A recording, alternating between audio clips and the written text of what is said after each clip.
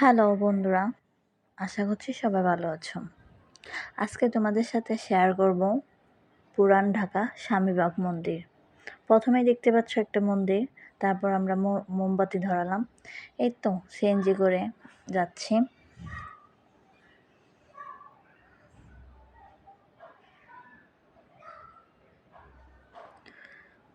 তারপর রিস্কার মধ্যে বসলাম। রিস্কায় এইভাবে ভিডিও করতে আমার অনেক ভালো লাগে। এই যে আমরা দুজন একসাথে যাচ্ছি, কেউ আবার অন্য কিছু মনে করো না, যার যা ভালো লাগে তার।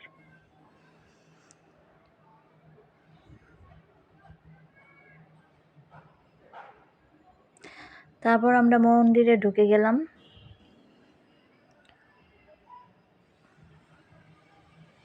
মন্দিরে ঢুকতে মাত্রই আমরা এই যে সামনে দেখতে পাচ্ছ একটি দোকান, সেখান থেকে আমরা মন্দিরের জন্য একটা বুক কিনে নিলাম।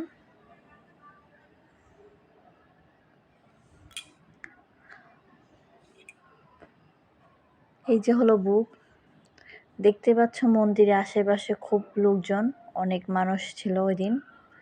আসলে মন্দিরে সবাই এমনিতে মন শান্ত করতে যায় এবং ভালো লাগে। যার যার জন্মস্থানে যেতে সবারই ভালো লাগে।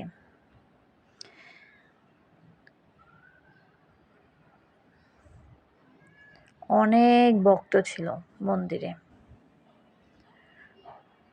তারপর মন্দিরের সামনে মোমবাতি জ্বালিয়ে যা যা মনের বাসনা বাবা লোকনাথকে বললাম। তারপর বাবা লোকনাথের দুয়ার খুললো। এতক্ষণ কিন্তু বন্ধ ছিল।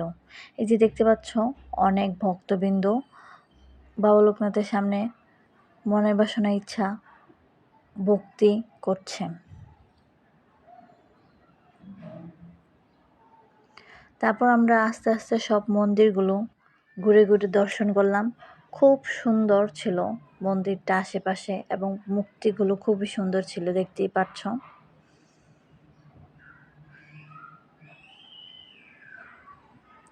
তারপর আমরা প্রসাদ পেলাম। আজকে এ পর্যন্তই। সবাইকে বাই বাই।